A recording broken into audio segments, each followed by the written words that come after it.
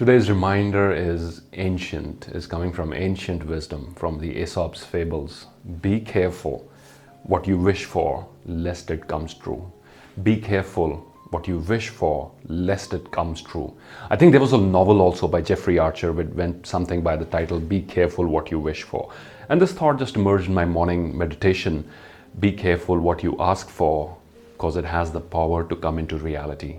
And before this thought disappeared, I thought it might be a good idea to share it with you, to record it.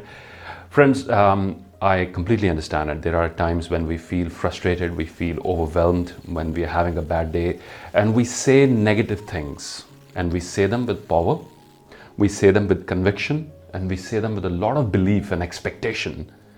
I wish I'd never started this business.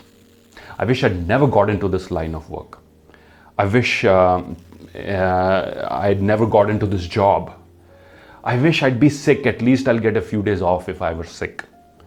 Or things never work out for me, no matter what, no matter how hard I try. It's for the lucky ones, those guys. Things always seem to work out for them. So we say these negative statements out of frustration, despair, and we say them with power and conviction and belief. And what we do not understand is that we are powerful creators.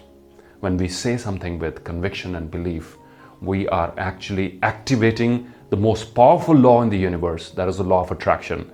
And we are in partners, we are active co-creators of this new reality, which is something which we are not going to like once it comes into existence. So be very careful. Understand that you are powerful creators.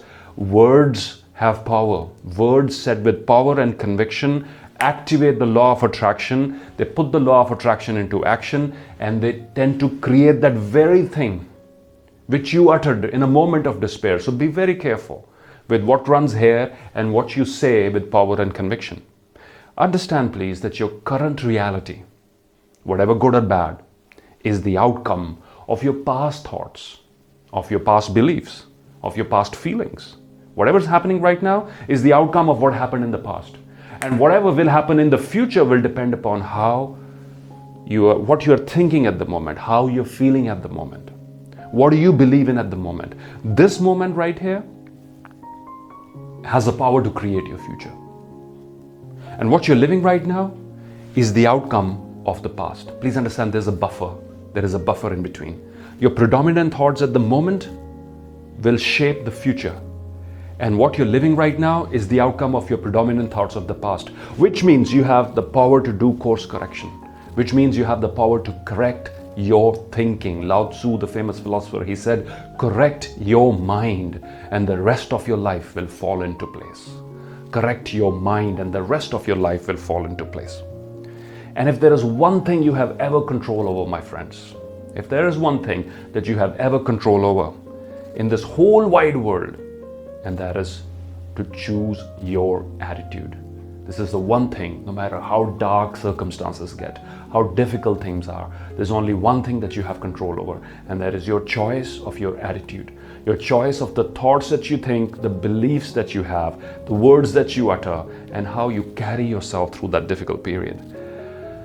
Viktor Frankl called it the last of human freedoms.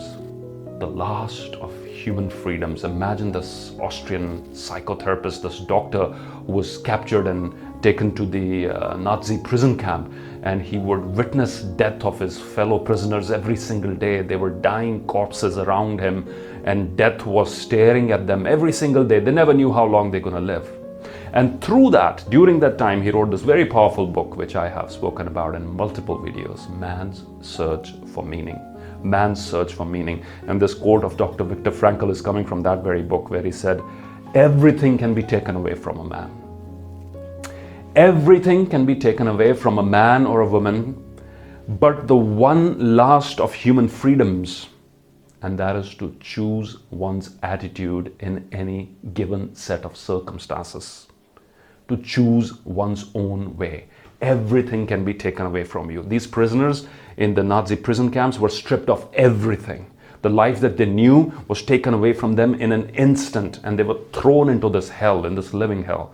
And despite that, Dr. Viktor Frankl, he reminded us, everything can be taken away from you, but the last of human freedoms, which is your choice, which is the last of human freedom is your ability to choose your attitude in a given set of circumstances, to find your own internal way. Now, I know things are really stressful for many of us, for entrepreneurs, for working professionals. There are people who've lost their jobs. There are people who have lost their loved ones. There are people who might be suffering from the COVID-19 themselves. There's so much uncertainty. Life as we knew it has paused. There's no travel, there's no recreation, there's constant fear, there's these masks we have to wear everywhere that we go, and they're so irritating when you leave your house and you remember, I've just forgotten my mask, or I've switched on the ignition of my car and I remember I've forgotten my mask and damn, I've got to go back and get it. That is so annoying.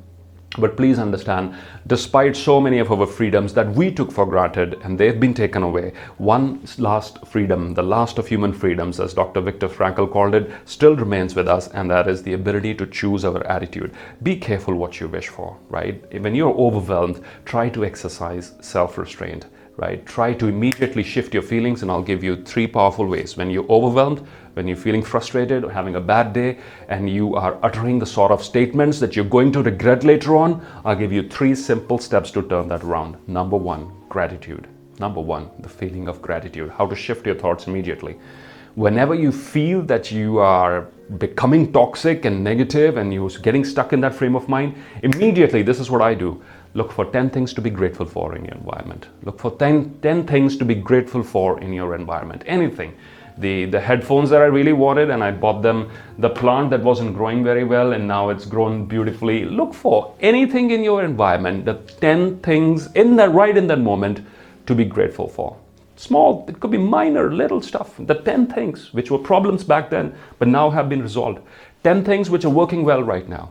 Skip what's not working well. The Wi-Fi not working, skip it. Move on to what's working well, right? The team to support you, the other things that are working well, the mobile phone that's working, if the home Wi-Fi is not working, look for what's working well and dwell on that. Number 3, look for 10 past desires, right? Past dreams which came true. Things that you desperately wanted in the past. And now you're living that dream. Look for those sort of things. Pay attention to this. Watch your thoughts move away from worry. I did a video recently which was very well received on Instagram, which was based on a quote by Napoleon Hill, who said, your worries will die if you don't feed them. Your worries will die of starvation if you don't feed them. And this is exactly what I'm asking you to do. By redirecting your attention, by redirecting your thoughts, you can starve your worries and you can starve your negative thinking. A friend of mine, Dennis Berry, he also mentioned in a comment in LinkedIn, he said, your positive thinking also dies if you starve it, right? So do remember, your worries also die if you starve your worries, but your positive thinking also dies if you don't feed your positive thinking. So you got to feed your positive part of your mind with things that are working out for you, with things that you're grateful for, with dreams that have come true when you're living those dreams. So number 1 was gratitude, to shift your attention. Number 2, music. I find it very, very powerful. One of the most powerful forces of nature which have the ability to change how you feel instantly is music. A good piece of music can make you forget the worries of the world and lift you up instantly and put you in a better mood.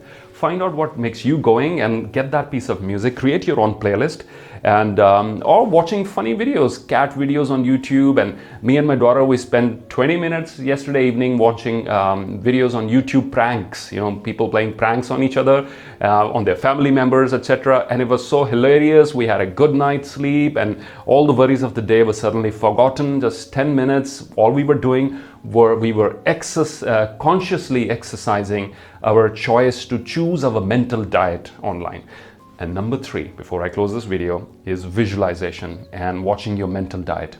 I love travel. So the magazine that I subscribe to is Condé Nast Travel and National Geographic. That is the magazines I have subscribed to. In addition to that, my Insta feed, all the hashtags that I follow are related to travel.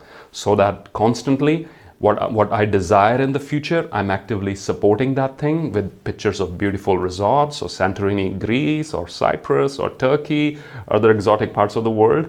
So spend your time in visualization of what you would like to manifest in the future. You could do it. You don't have to specially sit down and meditate to do it. You could just close your eyes for every couple of seconds during the day and do that. And second, watch your mental diet online, because you are flooded with way more information that you need in a given day. So I do hope these little tips were helpful. And I will close by reminding you once again from Aesop's fable, this old proverb which emerged again in my morning meditation today. Be careful what you wish for, lest it come true. You have the conscious power and choice to be more aware of what you're wishing for, and do exercise that choice. Thank you for watching. Bye-bye.